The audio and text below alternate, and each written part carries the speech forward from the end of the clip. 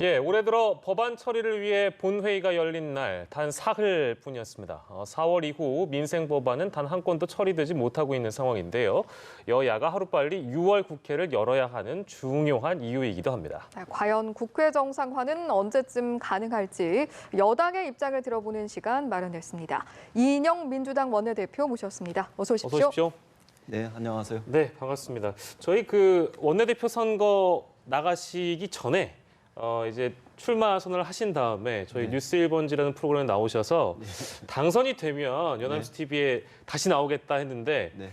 시간이 조금 많이 흘러서 당선되시고 사실 제일 많이 바쁜 시기가 지나서 하필이면 모신 시기가 지금처럼 분위기가 좀 안 좋을 때 모셔서 예. 아무래도 어려운 얘기를 좀 해야 될 것 같습니다.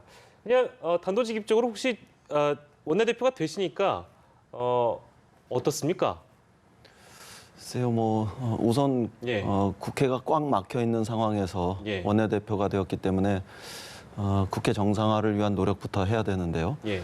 생각처럼 쉽지 않고 예. 좀처럼 뚫리지 않고 있어서 답답합니다. 예. 우리 국민들은 국회가 민생을 위해서 일하는 모습을 보고 싶어 하시는데 예. 국민의 바람에 응답하지 못해서 굉장히 죄송하고 예. 부담감이 큽니다. 예. 가장 이제 최근에 좋지 않은 사고가 있었기 때문에 네. 헝가리에 대한 얘기를 또 여쭙고 싶은데 이 유람선 수색이 연일 좀 난항을 겪고 있는 상황이라서 마찬가지로 이 원내대표께서도 마음이 그리 좋지 않으실 것 같습니다. 상황을 혹시 어떻게 보고 계신지요? 우리 국민이 굉장히 안타까운 심정으로 지켜보고 계시지 않습니까? 국회의원이라면 마땅히 그런 안타까운 국민의 심정과 똑같은 마음을 가져야 한다고 생각합니다. 얼마 전에 우리 더불어민주당 의원 워크숍에 있었는데 그 자리에서 당분간 더 절제된 시간들을 보내달라고 말씀도 드리고 또 부탁도 했습니다. 그리고 지난주에 우리 당 안에서 단독 국회라도 소집하자 이런 의견들이 강하게 나왔었는데 우리가 정쟁을 재발화하는 거는 지금 헝가리의 비보가 있는 이 시점에서 좀 바람직하지 않을 것 같다. 그러면서 조금 자제 요청하고 있는 이런 상황입니다. 네, 알겠습니다. 저희가 앞서 시작할 때 이야기했던 좀 국회 정상화 이야기로 돌아와 보도록 하겠습니다. 6월이 됐지만 아직까지 이제 정상화로 가는 길이 쉽지만은 않고 또 합의문 문구를 두고도 이견이 이제 발생하는 상황이었는데 오늘 민주당에서 수정 제안을 한 것으로 저희가 들었습니다. 어떻게 좀 진전이 있었습니까? 두 번의 협상 타결의 기회는 있었다 이렇게 생각합니다. 우선 호프 미팅이 있을 때가 좀 그런 기회가 있었을 것 같고 그다음에 지난 일요일 날 합의를 시도한 것이 그런 기회였습니다. 그런데 번번이 절충점을 찾아서 접근하고 있다 이렇게 생각될 때 다시 멀어지고 이러는 것이 굉장히 안타깝습니다. 그 이후에 일요일 절충 시도 이후에 조금 소강 상태를 가지고는 있습니다만 저희 당의 수석 대표와 수석 부대표와 또 자유한국당의 수석 부대표가 매일 만나면서 의견을 조율하고 있고 무엇보다 오신환 바른미래당 원내대표께서 양당의 절충점을 만들고 그걸 가지고 국회 정상화를 위해서 노력하고 계십니다. 지금 저희로서는 오신환 대표의 견해를 존중했고 오신환 대표께서 나경원 대표와 접촉 중인 것으로 알고 있습니다. 그 결과를 좀 보면서 최종적인 판단을 해야 할 것 같습니다. 여전히 어떤 합의와 협의 과정에 있는 그런 상황이지 결렬은 아니다 이렇게 들리네요. 결렬을 선언하는 것은 쉽지만 다시 합의와 절충을 시도하는 그 과정들은 너무 어려울 것 같습니다. 그래서 끝까지 합의를 위한 그런 노력들 이것을 최선을 다해서 할 생각입니다. 네, 여러 가지 이제 인터뷰를 하신 부분 또 언론과의 접촉을 하신 부분을 이제 저희도 보도로 많이 보고 실제 인터뷰를 하신 걸 들어보면 굉장히 어떤 조심스러운 모습이라고 할까요? 왜냐하면 지금 이제 말씀하시는 한마디 한마디가 나중에 나경원 원내대표라든지 오신환 원내대표와 어떤 협의하는 과정에서 아킬레스건이 될 수 있는 부분이 혹시나 나올 수도 있다 이런 판단이 있으신지 모르겠습니다만 세세적인 부분을 저희가 좀 여쭙기가 좀 조심스러워서 그렇습니다. 왜냐하면 아까 말씀하셨던 1차의 기회, 두 번째 기회를 놓치고 이제 오늘에 이르기까지 어떤 접점을 찾지 못했던 결정적인 부분이 있을 거라는 생각은 다들 좀 예상을 하고 있거든요. 네. 근데 그 예상이 과연 맞는지 좀 궁금해서 어느 부분이 가장 힘든 부분입니까, 사실? 아무래도 패스트 트랙의 추진 과정에 대해서 예. 원천적으로 사과하고 또 패스트 트랙에 올려진 법안들을 예. 원천적으로 철회하라 이런 과도한 요구가 저는 협상에 장애가 되고 있다 이렇게 생각합니다. 예. 저희가 협상에 나선 것은 정말 저희가 잘못했기 때문에 예. 그런 차원에서 물러서서 나선 건 아니죠. 지금 민생이 급하고 또 경기가 침체되는 상황으로 들어가고 있기 때문에 이른바 경기 하방 리스크에 선제적으로 대응하기 위해서 추경 예산을 편성했고 예. 그것을 집행하기 위해서는 조금씩 물러서서 절충하고 국회를 정상화시킬 필요성이 있는 이런 절박함 때문이었거든요. 그런데 예. 마치 우리에게는 자신들에게 백기투항하라, 백기항복하라 이렇게 요구한다 그러면서 예. 사실은 자유한국당이 우리에게 백지 사과해라, 예. 백지 철회하라 이렇게 요구하고 있고요. 그런 과도한 요구가 협상을 진전시키고 타결시키는데 걸림돌이 되고 있다 저는 그렇게 판단합니다. 예. 어쨌든 민생을 위한다라는 마음만큼은 그리고 정상화에 대한 필요성만큼은 공감을 하기 때문에 지금 주말 이후 한국당과 소강 상태이기는 하지만 의견을 좀 두루두루 여러 당과 함께 조율 중이다 이렇게 앞서 말씀을 해주셨습니다. 어떤 이야기가 좀 나오고 있나요? 아무래도 기왕에 언론에 나온 이야기들이 대체로 맞을 것 같은데요. 예. 사과해라. 사과는 못한다. 그럼 그 중간에서 유감 등등에서 절충할 수 있는 방법들이 있는 거고요. 그다음에 반드시 합의 처리하자 그러면 패스트 트랙에 태워진 법들을 반드시 합의 처리하자 그런 거에 대해서 우리가 합의 처리를 위해서 노력할 수는 있지만 합의 처리한다고 약속하기는 어렵다. 그럼 이 중간 정도 어디에서 우리가 절충을 시도해보자. 제3의 논리를 개발해보자.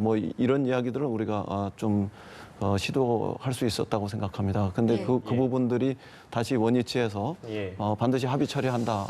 이렇게 이야기를 한다면은 그건 좀 과도하다 이렇게 생각합니다. 그러니까 일종의 저희가 이제 안 바로는 합의 처리를 위해 노력한다라는 것이 이제 보도를 통해 들을 수 있는 더불어민주당의 입장이었는데 그 어떤 요구사항이 여전히 견제하고 계신 입장으로 봐야 되겠네요. 어떻게 보면. 글쎄, 최근에 합의 처리를 원칙으로 한다 이런 정도까지는 우리가 다시 절충을 시도해 볼 수 있는 거 아니냐 이런 합의 처리를 원칙으로 한다. 네, 그런 의견들도 있고요. 그래서 여러 가지 다각적으로 절충을 시도할 수 있는 방법들을 찾고는 있습니다. 예.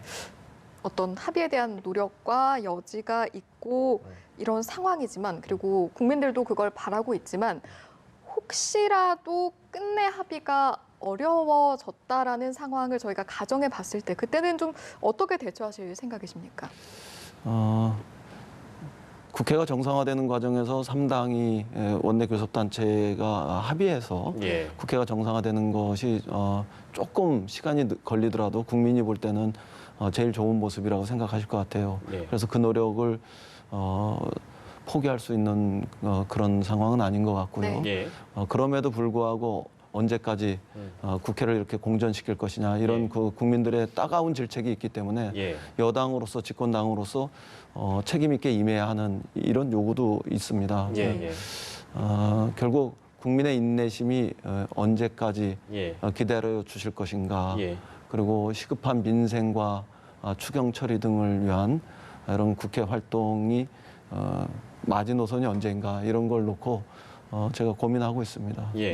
6월 안에는 반드시 이제 국회를 열겠다라는 마음이 있으신 걸로는 알고 있습니다만 이게 자꾸 저희가 거듭 이렇게 캐묻는 과정이 될 것 같아서 굉장히 죄송스럽습니다. 왜냐하면 이게 어찌됐든 안 되면 대화를 하다가 안 되고 협의를 못 하게 되면 국회는 6월 안에 열어야겠는데 자유한국당을 배제하고 국회를 여는 방안까지 생각을 하고 계신지요?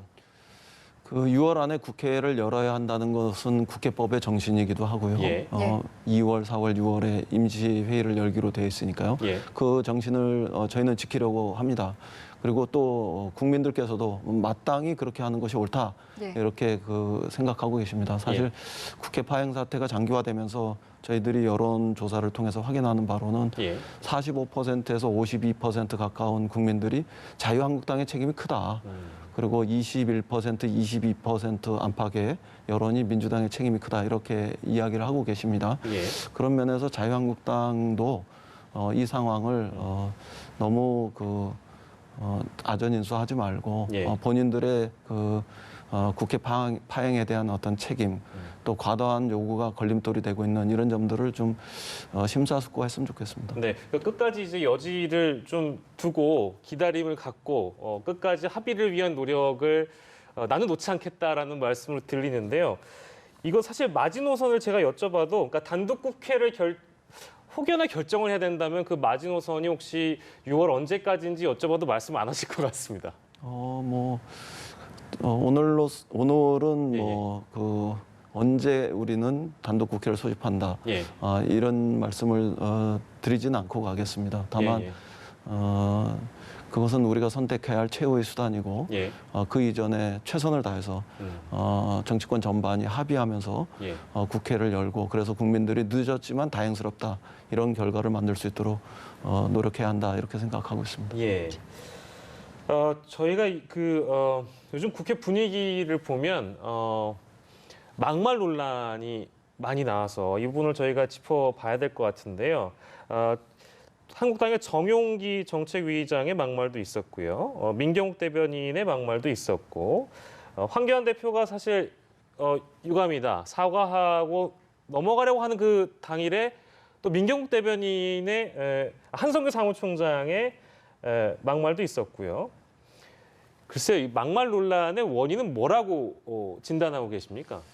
좀 자극적이고 이른바 막말을 해도 지지율이 올라가는 예. 이런 것에 흥분되고 취한 거 아니냐 이런 생각이 듭니다. 광화문 광장에서 가짜 태극기 세력들이 예. 그런 할 법한 이야기들을 자유한국당의 전당대회 과정에서 옮겨오고 그것이 당내에 퍼지면서 예. 일종의 극우 정치의 상업주의적인 이런 인용과 횡행 이런 것들이 생겼는데요. 예. 그래도 지지율이 올라가니까 착각한 것 같습니다. 그러나 오히려 막말 퍼레이드가 거듭되면서 예. 지지율이 다시 빠지고 있고 이른바 중간층 유권자들에게 예. 한계에 봉착하고 있다고 저는 생각합니다. 예.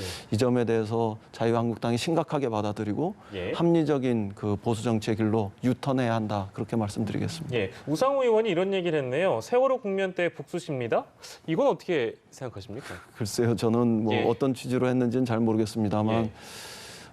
자유한국당이 자기 지지율에 도취되었을 때 예. 2015년 겨울부터 이른바 진박 감별을 시작하고 예. 2016년 총선 앞두고는 옥새 들고 나르샤 이런 것들을 하면서 2016년 총선에서 폭망했지 않습니까? 예. 그 배경이 무엇이건 간에 이렇게 자기 지지자들 극우 정치에 도취해서 예. 험악한 막말을 해도 되는 거라고 착각한다면 제2의 총선 폭망의 사태에 곧 직면할 거다 그렇게 생각합니다. 예. 어떤 말씀해주신 그런 이유 때문인지는 모르겠습니다만 최근에 국회의원 국민소환제에 대해서 국민들에게 설문조사를 해보니 10명 중에 8명이 찬성한다 이런 결과가 나왔다고 합니다. 국민의 목소리 어떻게 좀 들으셨습니까? 굉장히 따갑게 듣고 있습니다. 그리고 그런 상황을 개선하기 위해서 우리 당의 박주민 의원이나 김병욱 의원 같은 경우가 예. 국민 소환 제도를 발의하고 또 개정하는 이런 절차를 밟고 있는데요. 예. 아직 논의조차 되고 있지 않습니다. 어떤 형태건 간에 정치권이 자기를 좀 바라보는 예. 일반 국민들의 시선이 따갑다 이런 것들에 대해서 자성하는 이런 계기가 되었으면 좋겠습니다. 예. 자, 그리고 이틀 뒤에 황교안 대표의 취임 100일이라고 하네요. 이분에 대한 평가도 저희가 좀 이인영 원내대표께 들어보고 싶어서 지난 100일 동안 이제 쭉 보셨을 텐데 황 대표의 지난 100일을 어떻게 평가를 하고 계십니까? 입만 열면 흑색 정치, 그리고 움직이면 대권 노름, 뭐 이렇게 그 지적하는 분들이 계세요. 네, 지적하는 분들이 계십니까? 이제 저는 사실 예. 지난 100일을 돌아보면 예. 사실 황교안 대표께서 당 대표가 되는 과정서부터 당 대표가 된 이후까지 사실 굉장히 과격한 예. 그런 극우 정치 이런 걸 선동하셨다 이렇게 봅니다. 예를 들면 좌파 독재, 예. 그다음에 좌파 경제 폭정, 그리고 좀 심하게 이야기하면 군은 정부와 입장이 달라도 된다. 예. 이런 문민 통제를 벗어나는 그런 그 이야기들 이런 것들은 일국의 총리까지 지내고 대통령 권한대행까지 하고 공당의 대표로서 그렇게 쉽게 선동하는 그런 그 표현이 나와서는 안 된다 이렇게 생각하고요. 예. 그다음에 민생을 이유로 장애 정치 또 투쟁 이런 것들을 하신다고 했지만 사실상 진짜 민생을 챙기려면 국회로 돌아오셔야 되는 거 아니겠습니까? 예.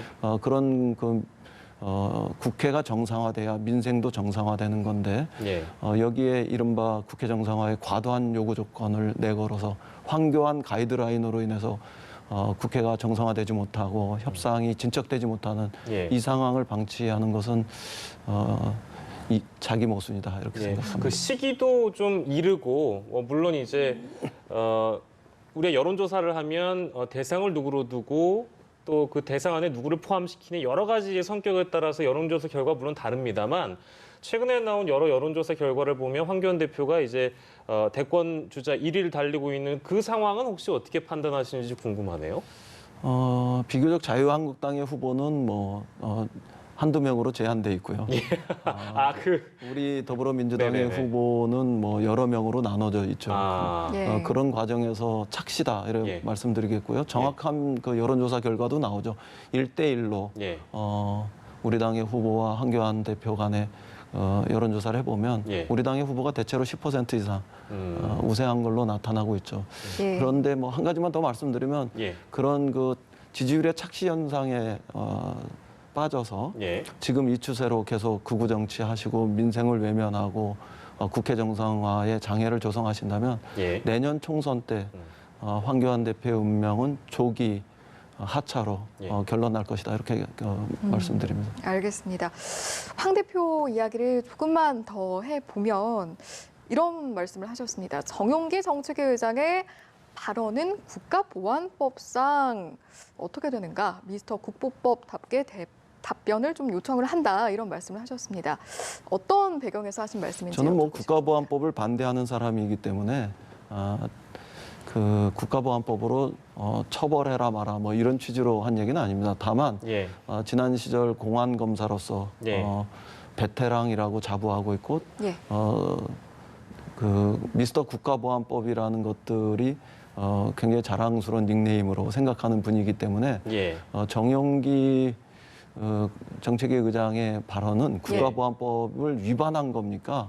아닙니까? 이것에 예. 대해서는 질문하고 그 답을 듣고 싶었습니다. 네네. 근데 지금까지 답을 안 하고 계시는데요. 예. 어떤 면에서는 국가보안법을 이중잣대를 가지고 적용하고 또 판단하고 있는 거 아니냐 그런 생각도 좀 듭니다. 네, 현재 회피하고 있는 이유는 그렇다면 왜 회피하고 있다고 그럼 보실까요? 글쎄요, 그걸 국가보안법 아니다, 예. 위반 아니다 이렇게 이야기하면 지난 시기에 자신이 부정하게 되고. 그런 표현 때문에 공안검사로서 국가보안법 기소했던 예. 이런 수많은 행적들을 부정하게 되는 거 아니겠습니까? 예. 그런데 지금 위반이다 이렇게 이야기하면 자기 당의 정책위 의장을 또 궁지로 모는 이런 것이니까 난처해서 대답 안 하는 거 아니냐. 예. 그러나 그건 비겁하다 이렇게 생각합니다.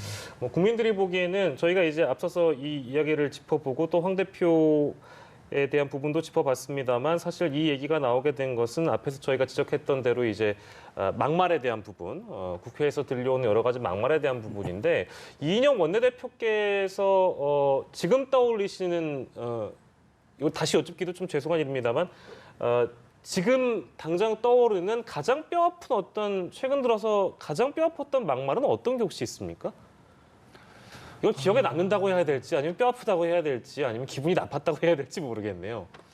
역시 군대를 찾아가셨을 때 황교안 대표가. 네, 황교안 대표가 군에 가서 군의 입장은 정부의 입장과 다르다 이렇게 말씀하신 거는 예. 다른 어떤 부분들은 뭐 표현이 지나친 거였지만 이거는 표현이 지나친 걸 넘어서 예. 군의 기강, 그다음에 국가의 기강, 예. 그 문민 통제의 어떤 원칙 이런 것들을 깨버리는 예. 참으로 있을 수 없는 그런 이야기들을 하신 거다 이렇게 생각합니다. 예, 알겠습니다. 자, 저희가 주제를 조금 바꿔서요. 이제 원내대표끼리 사이가 좋으면 국민들도 바라보기에 훈훈할 테니까 이건 어디까지나 궁합이 뭐 지금 당장 좋을 수도 있겠습니다. 표면적으로 드러난 건 지금 여러 가지 이견으로 인해서 합의를 못하고 계신 거니까요. 사실은 저희가 지난주에 나경원 원내대표 모셨을 때 이 질문을 드렸어야 되는데 그때 못 드렸고 지금 이인영 원내대표가 오셨을 때 이 질문을 드리게 되네요. 나경원 원내대표가 누나, 그죠? 이제 누나에서 선배로 얼마 전에 바꾸셨다고 이게 들어가지고 이걸 여쭤봐야 되겠습니다. 현재 지금 그 나 대표와의 궁합은 어떻다고 생각하세요? 사실 뭐 궁합이란 표현보다는 뭐 케미 정도로 그냥 예, 케미라고 하겠습니다. 궁합이라고 하니까 또 그렇네요. 좀 네. 정정하는 게 좋겠고요. 예, 예. 정말 제가 그거 꼭 누나가 필요해서 네. 자신이 누나가 되겠다고 할 때 그걸 뭐 수용한 것은 아니지 않겠습니까? 저희 어머니가 이미 저한테 누님을 둘이나 먼저 예. 낳아주셨었는데 네. 얼마 전에 우리 누님들은 그 나경원 대표한테 하는 만큼 자신들한테도 좀 해달라고 그러시더라고요. 그렇게 얘기를 하셨어요? 지금 협상을 꼭 성사시키고 싶은 국회를 정상화시켜서 어려운 민생, 당장 급한 민생을 챙기고 싶은 그런 그 절박함 때문에 좀 정성스럽게 협상에 임하고 조금 더 낮고 겸손한 자세로라도 협상을 타결시키고 싶었던 그런 마음이죠. 그런데 정말로 제1당 또 집권 여당의 원내대표로서 야당의 동생이 되려고 한 것만은 아니겠죠. 아무래도 그런 저의 가상한 마음 이런 것들도 좀 참작해 주셨으면 좋겠습니다. 네, 알겠습니다. 저도 지금 기억나는 장면이 있는데요. 취임 직후에 이제 말씀을 하시면서 앞으로 부드러운 남자가 되겠다 이런 말씀을 하셨습니다. 아마 많은 시청자분들께서도 기억을 하고 계실 텐데 그런데 저희가 최근에는 다소 강경한 모습을 좀 더 많이 본 것 같아서요. 앞으로는 어떤 좀 더 강경하고 단호한 모습을 기대하게 될지 아니면 부드러운 모습으로의 변신을 또 꾀하실 건지 이 부분도 여쭤보고 싶네요. 제가 원내대표가 되고서 말 잘 듣는 사람, 부드러운 사람, 그리고 따뜻한 사람이 되겠다는 그 약속은 앞으로도 지키려고 합니다. 다만 국민들의 말씀을 듣는 것과 정치권에서 갈등을 빚어내는 그 말씀을 잘 듣는 것은 뭐 엄격하게 구분해야 한다고 생각합니다. 그리고 옳은 것과 옳지 않은 것, 거짓과 진실 이런 것들 속에서 때로는 아무리 부드러워도 분명해야 한다고 생각합니다. 그러면서도 정말 어려운 민생 그리고 또 어려운 사람들 이런 데서는 우리가 얼마든지 따뜻한 그런 정치의 모습을 보일 수 있다고 생각하거든요. 그런 측면으로 이해해 주시면 좋겠습니다. 최근에 자유한국당의 모습이 특히 황교안 대표의 모습이 너무 극우 정치화되고 그런 면에서 지나치게 강경화되고 있는 것에 대해서 저도 옳지 않다. 긴 것은 긴 것이고 짧은 것은 짧은 것이다. 이렇게 분명한 이야기를 하는 것이 더 떳떳한 모습이고 국민들께서도 기대하는 모습일 수 있겠다. 이렇게 생각하고 그런 태도를 취했습니다. 그러나 다시 말씀드리지만 부드러운 사람, 말 잘 듣는 사람, 따뜻한 사람이 되겠다는 그 약속은 포기하지 않고 꾸준히 끝까지 지켜나가겠습니다. 실제로 제가 느끼고 있는 온도도 이인영 원내대표께서는 참 따뜻하구나라는 생각은 지금은 들거든요. 왜냐하면 이제 평소에 보여줬던 이미지가 언론에 비춰졌던 이미지가 그랬던 것이지 실제로 만나보면 그런 느낌이 전혀 안 듭니다. 마지막 질문이 될 것 같은데요. 이제 문 대통령 오는 9일에 북유럽 선방을 떠나시게 되는데 그 전에 이제 청와대가 마무리 지어야 될 부분이 정치권과의 만남, 어떤 구도를 가지고 만나느냐에 대한 얘기가 이제 언론에 많이 등장해서 이 부분도 좀 여쭤볼게요. 청와대가 이제 제안한 것이 5당 대표 회동하고 나서 그다음에 한국당의 황교안 대표 1대1 회동하자 이렇게 얘기했더니 한국당에서는 우리는 저희 교섭단체만 들어오고 그 뒤에 이제 1대1 회동하자 이런 지금 상황이거든요. 이건 개인적으로 어떻게 판단하고 계세요? 다른 것들도 많은 부분 잘못하고 계시는데요. 황교안 대표가 그 대목은 분명히 잘못하고 계십니다. 처음에 문재인 대통령께서 예. 북의 식량 지원 문제라든가 안보 예. 상황만 한정해서라도 5당 대표들이 만났으면 좋겠다 이렇게 말씀하셨을 때 예. 특정 주제 말고 포괄적 주제를 가지고 만납시다 이렇게 얘기해서 청와대가 받았지 않습니까? 예. 예. 그랬더니 그 다음에는 그럼 5당 대표로 만나지 말고 1대1로 만납시다 이렇게 역제안을 했습니다. 그렇습니다. 그거에 대해서 청와대가 그럼 5당 대표도 만나고 1대1 만남도 바로 이어서 합시다 이렇게 다시 받아준 거 아닙니까? 예. 그런데 그걸 다시 한번 걷어차고 3당 대표만 만납시다. 그리고 1대1로 만납시다. 이렇게 이야기하는 것은 예. 과도합니다.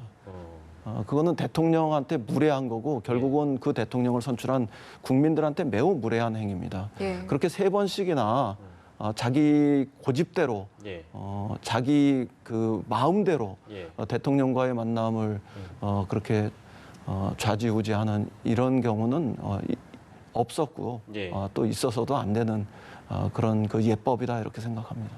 그럼에도 불구하고 중간에서 역할을 해주신다면 이 어떤 어떻게 보면 좀 논의가 좀 길어져서요 점점 이러다가 혹시나 테이블 자체가 무너지진 않을까 하는 우려도 일각에서 있는 것 같아서 중간에서 역할을 해주신다면 어떤 역할을 해주시겠습니까? 그 황교안 대표한테 청와대에서 3번쯤 예. 양보하고 타협하고 때로는 물러서는 부분이 있기 때문에 양보해라. 이번에 황교안 대표가 고집을 꺾어야 한다 예. 이렇게 생각합니다. 예, 알겠습니다. 자, 오늘 이인영 원내대표께서 저희 시간에 나와주셔서 여러 가지 정치 현안들 좀 이야기 나눠봤습니다. 더불어민주당 원내대표 이인영 대표와 이 시간 함께했습니다. 대표님 고맙습니다. 고맙습니다.